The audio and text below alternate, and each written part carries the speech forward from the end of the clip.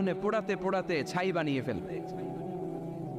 আল্লাহ বলবেন, জিব্রাইল যাও একটু দেখো, একটা মাত্র সেজদা দিয়েছে আমাকে, এরকম কাউরে পাওয়া যায় কিনা, বাটি চালান দিয়ে দেখো পাওয়া যায় কিনা।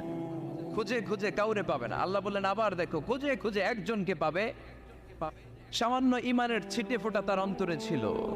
আল্লাহ বলবেন যেহেতু ছিটে ফোঁটা আছে, অনেক মায়ের খেয়েছে, ওকে বের করে জাহান্নাম থেকে বের করে একটা নির্ধারিত দূরত্বে রেখে দাও। রেখে দেয়া হবে, কিন্তু জাহান্নামের আগুনের লেলিহান শিখাতে তার গা ঝলসে যাবে।